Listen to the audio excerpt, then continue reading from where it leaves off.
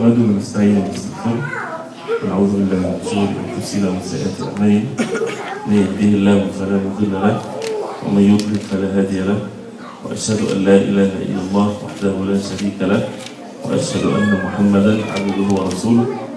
اللهم صل على محمد وعلى ال محمد كما صليت على ابراهيم وعلى ال ابراهيم انك حميد مجيد. اللهم بارك على محمد وعلى ال محمد كما باركت على إبراهيم وعلى آل إبراهيم في العالمين إنك حميد مجيد. We continue inshallah ta'ala with the ayat from Surah Al-Baqarah and we reach verse number 79.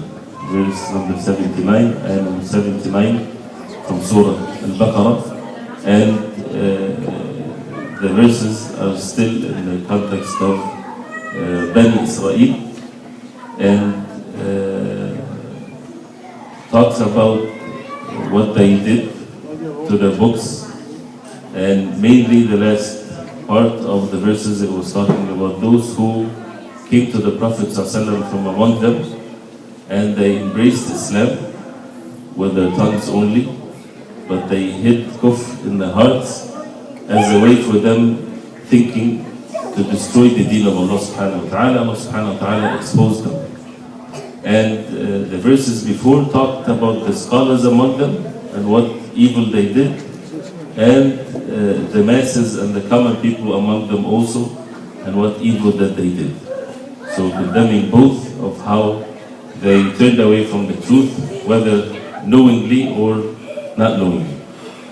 Then continuing the same subject, Allah subhanahu wa ta'ala warning them by saying in ayah number 79, فويل للذين يكتبون الكتاب بأيديهم ثم يقولون هذا من عند الله ليشتروا به ثمنا قليلا فويل لهم مما كتبت أيديهم وويل لهم مما يكسبون, which means then woe to those who write the book with their own hands and then say this is from Allah, to purchase with it a little price. Woe to them for what their hands have written, and woe to them for that they earned. This is with regards to those who have the knowledge, and also those who are ummiyun, the common ones, those who do not know anything and they just follow the people of knowledge. فَوَيْلٌ لِلَّذِينَ يَكْتُبُونَ الْكِتَابَ. Wail is, as you heard in translation, woe. Right? It's always a sign or a word that means severe punishment, severe warning for the people. And it was said that it's a place in the hellfire. Wail is wadin or a valley in the hellfire. And this is something also mentioned in the hadith of the Prophet sallallahu alaihi wasallam. But usually in general it means woe or punishment and so on. For those الذين يكتبون الكتاب بأيديهم. يكتبون, they write al-kitab, and al-kitab here means the book, a specific book, the book from Allah subhanahu wa ta'ala, and this is of course referred to the books before the Quran, the Torah and the Injil. Since the Quran, Allah subhanahu wa ta'ala promised to save it, so nobody can alter or change anything in it. But the books before, although these are the words of Allah subhanahu wa ta'ala also, but the human beings have been entrusted to save these books, but of course it didn't happen and they changed things. And it was mentioned before also in the verses before. So Allah subhanahu wa ta'ala here is warning them also of a severe punishment. Those الذين يكتبون الكتاب بأيديهم, and they write the book with their hands. And the word بأيديهم is mentioned here specifically, although writing the books is enough to understand the meaning. Right? Woe to those who write the book, but بأيديهم, to show the severity of it, that they wrote it with their own hands, when this is supposed to be the words of Allah subhanahu wa ta'ala, that their job was to preserve it and to teach it to others. But instead they changed, and not just to change the meaning of it or the interpretation of it, no, they wrote it with their own hands. They changed with their own hands deliberately, changing the words of Allah subhanahu wa ta'ala. Then ثم يقولون هذا من عند الله, and then they would say هذا من عند الله, that this is from Allah subhanahu wa ta'ala. What a severe crime there is. For what reason? ليشتروا به ثمنا قليلا, to purchase by this ثمنا, which is, as they say here, a little price. A thaman is the price of something that you pay for to purchase something. Qalilan is something that is little. And al-qalil here, or the little price, even if it's the whole world and whatever it contains, it's something that is little. So if they did this to amass the whole earth and what's ever on it, and the treasures and everything that Allah subhanahu wa ta'ala created for the human beings on earth, this is to be little. So it's not like little versus if they would purchase it with something, much that would be worth it then. The whole earth and whatever it contains is little compared to what they did because of the evil crime that they did. فَوَيْلٌ لَهُمْ مِمَّا كَتَبَتْ أَيْدِيهِمْ. Then woe to them. Again, the warning of the punishment is repeated again to show how severe this crime is. مِمَّا كَتَبَتْ أَيْدِيهِمْ. Because of what their hands, again repeated again, wrote. وَوَيْلٌ لَهُمْ مِمَّا يَكْسِبُونَ. And woe to them for what they earned as a result of this war. Because why would they do this? It's to gain fame, it's to keep their authority among their followers. Because of the Prophet ﷺ, when he was sent, they felt this would take away from them the authority and the state that they are towards their people. So this is whatever they earn, not necessarily something physical, wealth or money, but also status, and comes with it the kibr and the arrogance and so on, which is something that one of the things that deter people from following the truth is to keep their status and authority. Like when we talked about the hadith of Heraclius, what the thing that prevented him from following the truth, he knew it, it's his kingdomship. He didn't want to lose this. It can sound so easy if you don't have it. Right? If a person doesn't have this, it sounds very silly. How can a person turn away from the truth? Everlasting misery for that person for just few years to spend in this kingdom or whatever. But when a person is in it, the fitna is very severe and very heavy. That's why the tawfiq, the help is from Allah subhanahu wa ta'ala alone. And a person should be grateful to Allah subhanahu wa ta'ala that he is not among those who are deviated like this. Imam Sa'di rahimahullah, he says, in explaining this ayah, فَوَيْلٌ لِلَّذِينَ تَوَعَّدَ تَعَالَى الْمُحَرِّفِينَ الْكِتَابِ. That Allah subhanahu wa ta'ala warned those who altered. And as we said, the tahrif is of two types. Tahrif lovely, when they physically change things, which ayah refers to this, they change it with their own hands. And the other tahrif, which is the al-ma'nawi, or when they change the meaning of it. So they preserve the book the same way, but they change the interpretation of it, the translation to it. And that is what is more into this ummah of the Prophet ﷺ among the deviants. They cannot change the words exactly of the Quran, for example, but they would change the meanings of it. They would twist the meanings to fit their evil beliefs and so on.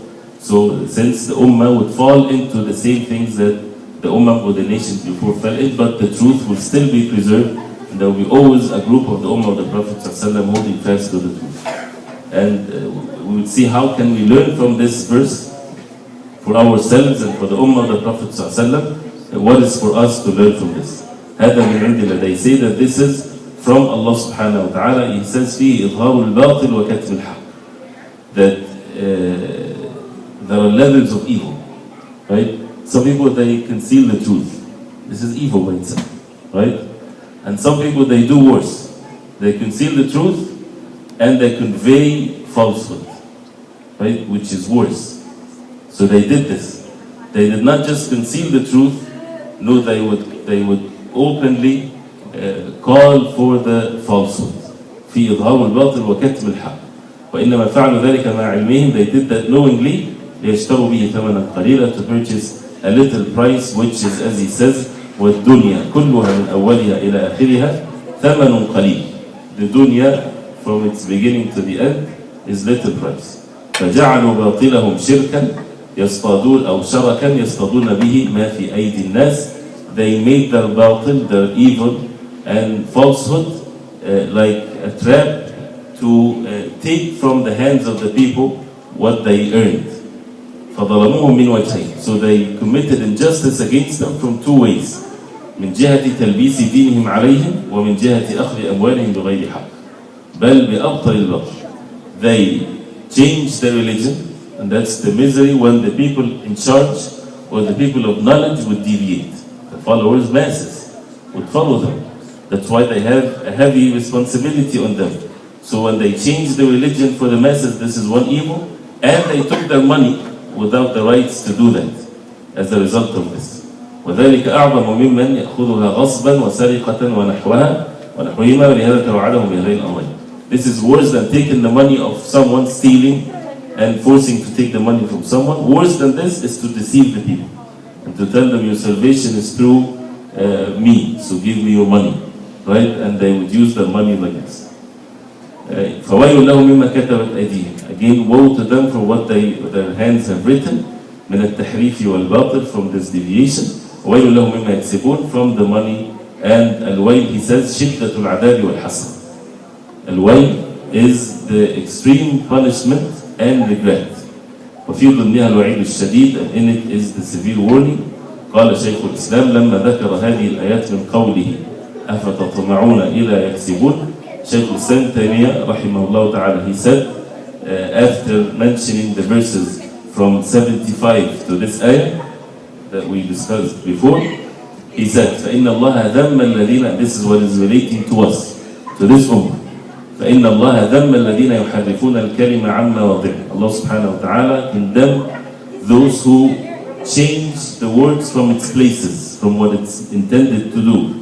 وهو متناول لمن حمل الكتاب والسنة على ما أصله من البدع الباطلة. This is also for those who would take the Quran and the Sunnah of the Prophet ﷺ to make it mean what they have from the false innovations in the deen. As we said before, they make their bid'ah or their innovations first, and they establish it, and then they come to the wahy, to the revelation from Allah, and they twist the meanings of it to serve what they have already decided.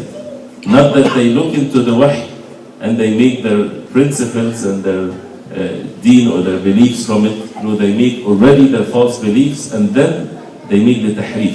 They change the words of Allah subhanahu wa ta'ala, the meaning of it.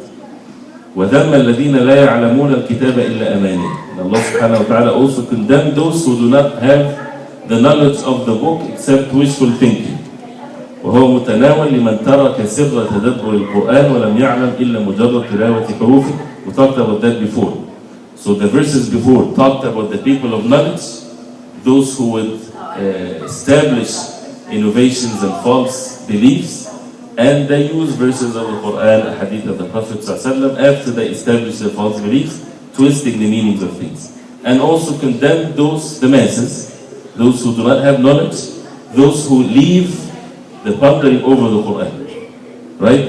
And they only know how to recite its letters, and they don't try to learn the words of Allah subhanahu wa ta'ala, which we see clearly, right?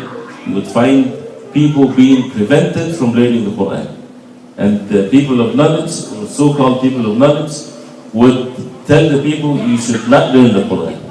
You have no capacity to do this. You just read it for some barakah, some blessings, some rewards. But knowing the meanings, leave this for us, so that they would have their own way of interpretation to lead the masses blindly, in which every Muslim is ordered to the best of one's capacity, of course, to learn the deen of Allah subhanahu wa ta'ala.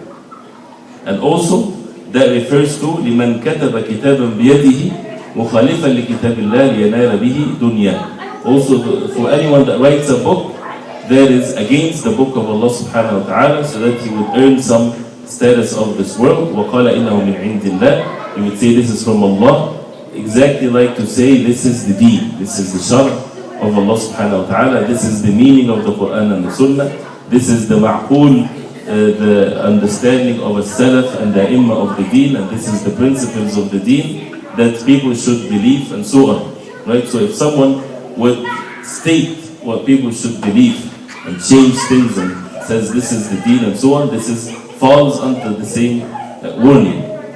ومتناول لمن كتم ما عنده من الكتاب والسنة. Also, it refers to those who conceal the truth, what they have from the book, the Quran and the Sunnah of the Prophet ﷺ, لئلا يحتج به مخالفه في الحق الذي يقوله, so that his opponent doesn't take what he has from knowledge to oppose what he says. And all of this, as he said, كثيرة جدا. This is so much. These things that we said is so much in this ummah. في أهل الأهواء جملة, in the people of desires in general, كالرافضة, like the رافضة, وتفصيلا مثل كثير من المنتسبين الفقهاء, and also it is there specifically in some of the fuqaha, some of the people of fiqh, right? When they do these types of deviation, they turn away from the evidences, from the clear evidence, and they would twist things to make it fit their own pre-decided verdicts and so on. So the call is to the people of knowledge and to the masses. To the people of knowledge to fear Allah subhanahu wa ta'ala, not to alter the words of Allah subhanahu wa ta'ala, to understand the Quran and the Sunnah the way it was at the time of the Prophet sallallahu alaihi wasallam. And it's a call to the masses not to just blind follow, but they need to ponder over the verses of the Quran, and they need to understand the deen of Allah subhanahu wa ta'ala for them to worship Allah subhanahu wa ta'ala in the right way. Otherwise, we heard that this is something that Allah subhanahu wa ta'ala condemned the nations before because they did this. So in the Ummah, the Prophet ﷺ said that part of this Ummah would follow the same paths of the nations before. Then after that, Allah subhanahu wa ta'ala says, وَقَالُوا لَن تَمَسَّنَا النَّارُ إِلَّا أَيَّامًا مَعْدُودًا قُلْ أَتَّخَذْتُمْ عِندَ اللَّهِ عَهْدًا فَلَنْ يُخْلِفَ اللَّهُ عَهْدًا أَمْ تَقُولُونَ عَلَى اللَّهِ مَا لَا تَعْلَمُونَ. Which means, and they say, the fire shall not touch us but for a few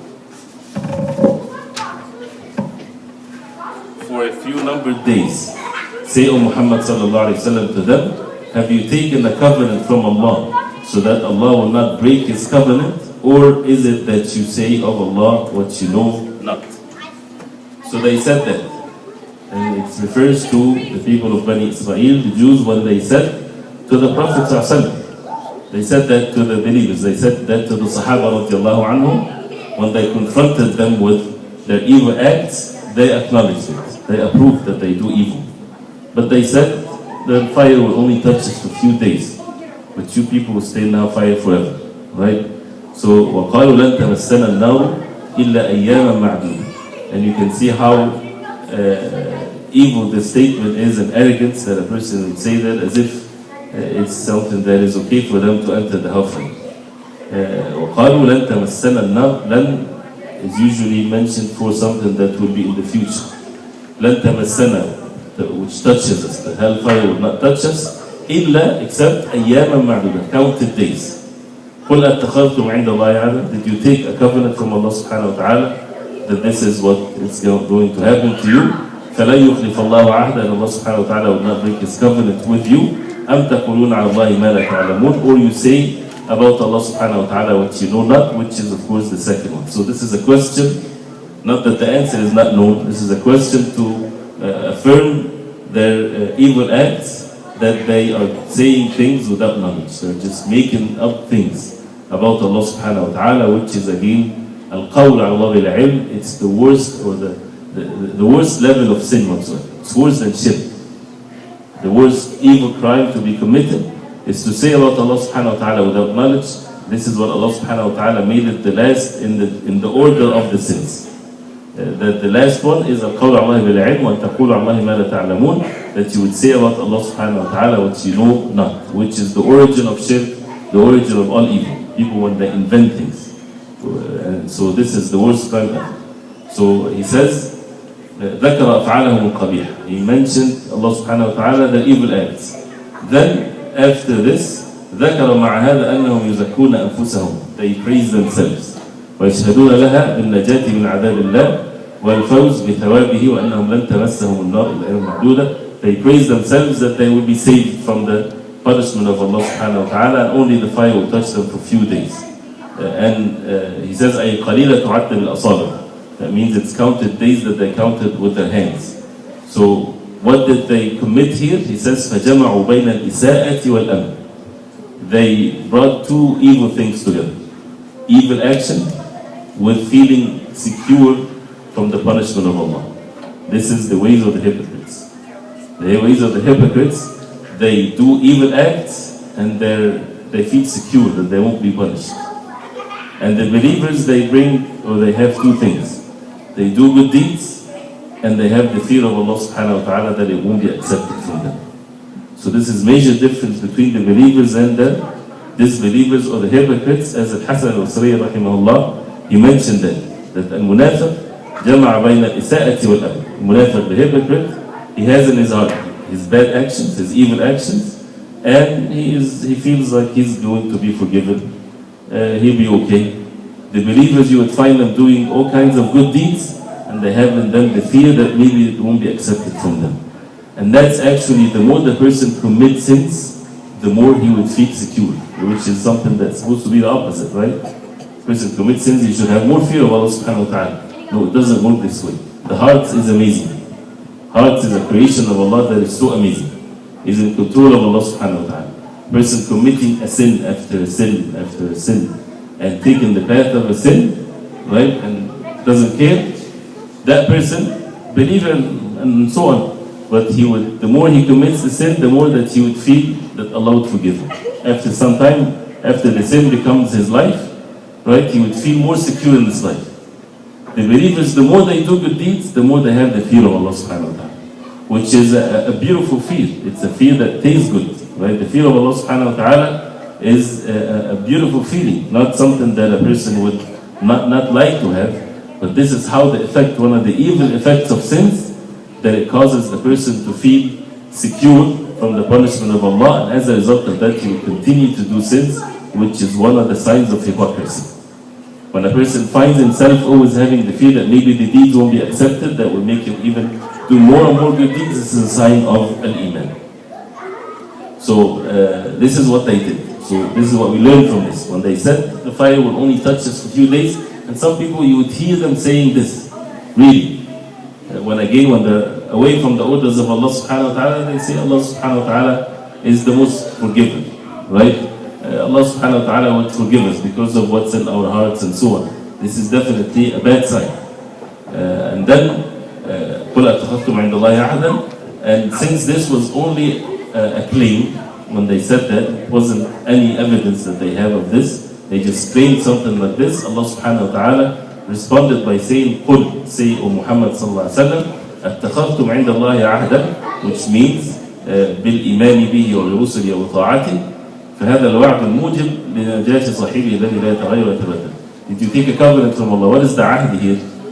What saves you from the hellfire is the ahd from Allah subhanahu wa ta'ala, the promise of Allah that if you believe in Him and His messengers and you are obedient to Him, Allah subhanahu wa ta'ala promised those who are like this that He would save them from the hellfire.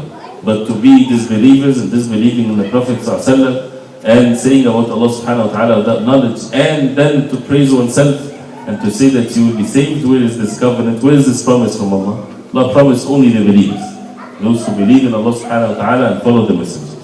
Or you say about Allah subhanahu wa ta'ala without knowledge. So he mentioned subhanahu wa ta'ala that their truthfulness in what they said, it only depends on these two things. There's no third choice. So either they had a covenant from Allah, or they are saying lies about Allah subhanahu wa ta'ala, which is of course, it's the second one.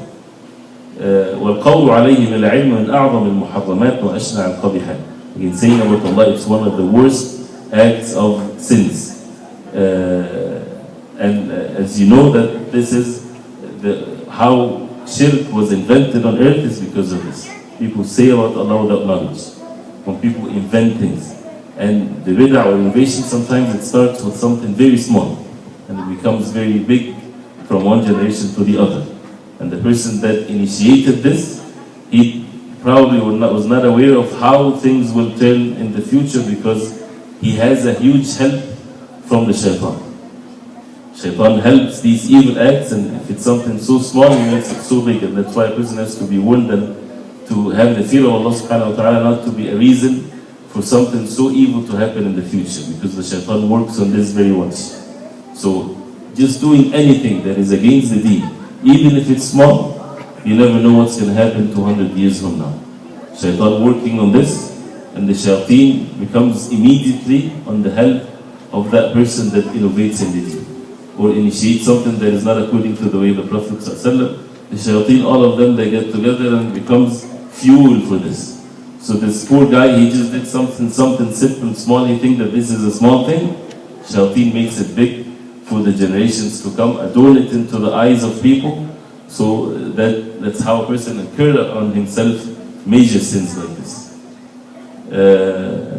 So then Allah subhanahu wa ta'ala said after that, in the next verses, something that is general for Bani Israel and for others. After they said what they said, the next verse, بلى من كسب سيئة وأحاطت به خطيئته فأولئك أصحاب النار هم فيها خالدون والذين آمنوا وعملوا الصالحات أولئك أصحاب الجنة هم فيها خالدون. Which means, yes, whosoever earns evil and his sin has surrounded him, they are dwellers of the fire, they will dwell therein forever.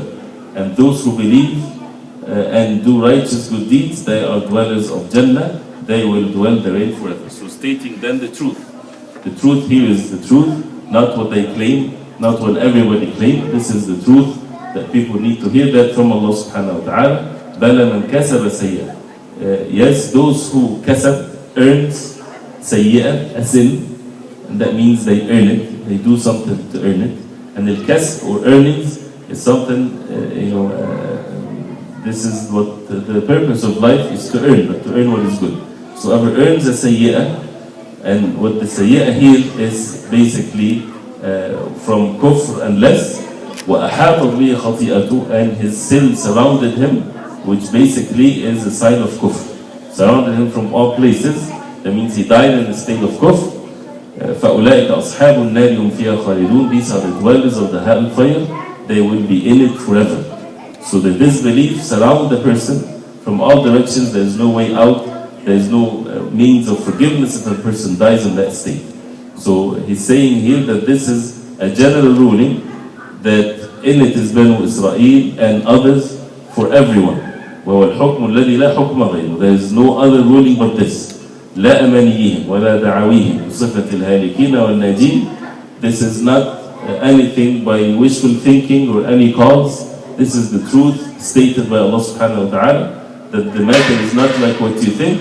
ولكن من كسب سيئة, and سيئة here is nakira, as he says في سياق الشرط. It's a condition statement that has a nakira, سيئة, not as سيئة, say any سيئة, which means it feeds or means al-umum, meaning generality. The statement is very general. So it means shirk and what is less than shirk. Right? But here it means shirk. And the evidence of it, وَأَحَاطَتْ بِهِ خَطِئَتُهُ, that his sin had surrounded him. أَحَاطَتْ بِعَامِلِهَا فَلَمْ تَدَعْ لَهُ مَنْفَذًا. When you're surrounded by something, you don't have a way out. If a person has a way out, there's hope. If he's surrounded from all directions, there's no way out. وَهَذَا لَا يَكُونُ إِلَى الشِّرْكِ. This cannot be anything but a shirk. Because anything that less than shirk, a person has a way out. If either he repent to Allah subhanahu wa ta'ala, or even if he is not repented to Allah subhanahu wa ta'ala and died in that state, but died in the state of the tawheed, but with so many sins, either Allah subhanahu wa ta'ala forgive him, or he will enter the hellfire, and then eventually he will enter the Jannah of Allah subhanahu wa ta'ala. And as he says, فَإِنَّ مَنْ مَعَهُ الْإِيمَانِ لَا تُحِيطُ بِهِ خَطِئَتُهُ. Whoever has al-Iman, his sin would never surround him. Right? So he would have a way, and this is the virtue of al-Iman. فَأُولَٰئِكَ أَصْحَابُ النَّارِ هُمْ فِيهَا خَالِدُونَ. He's saying that the Khawarij took this ayah as an evidence that the sinner will be in hellfire forever. Right? And he says this is an evidence against them, as you see, because it's very clear in matters of shirk. And this is the case, anybody that take an evidence in a wrong way, you would find in the same evidence, the evidence against him. Right? Because the batil or the falsehood is nothing. It's on very weak pillars. So usually the same evidence that they use is against them, is to be used against them. And then وَالَّذِينَ آمَنُوا, those who believe in Allah subhanahu wa ta'ala and the angels and the books and the messengers in the last day, وَعَمِلُوا الصَّالِحَاتِ, they did the righteous good deeds. And he mentioned the two conditions again for the righteous good deeds to be righteous, is that it has to be sincerely for the sake of Allah subhanahu wa ta'ala, following the way of the Prophet sallallahu alayhi wa sallam. So those who believe and do righteous good deeds, they are أُولَٰئِكَ أَصْحَابُ الْجَنَّةِ. They are the dwellers, أصحاب and أصحاب النار. صاحب الشيء, meaning that they are the owner of it. When a person is the owner of something, that means he won't leave it. So they are the owners of al-Jannah. That means they will stay in it forever. Hum fiha khalidun, they are in it forever. So the summary of this, as he says, that the people of those who are people of salvation and those who are successful are the people of al-Iman and righteous good deeds, and those who are destroyed and perished are the people of the hellfire, and these are the mushrikun, those who disbelieve in Allah subhanahu wa ta'ala. فهذه الشرائع من أصول الدين التي أمر الله بها في كل شريعة. This is basically from the foundation of the religion that Allah subhanahu wa ta'ala ordered all the messengers of Allah, because this is basically what has all means of perfectness. So Allah subhanahu wa ta'ala, out of His mercy, He stated the matter so clear to the people, classifying the people to be believers and disbelievers, and the signs of the disbelievers is shown, the signs of the believers are shown, and to refute the call of people. People would say many things, right? Remember when we said وَقَالُ, you find many of the وَقَالُ, and they said, and they said, and they said, and this is the same misery continues. People continue to say. They say all kinds of things. You say, I believe, and you believe, and everybody believes, right?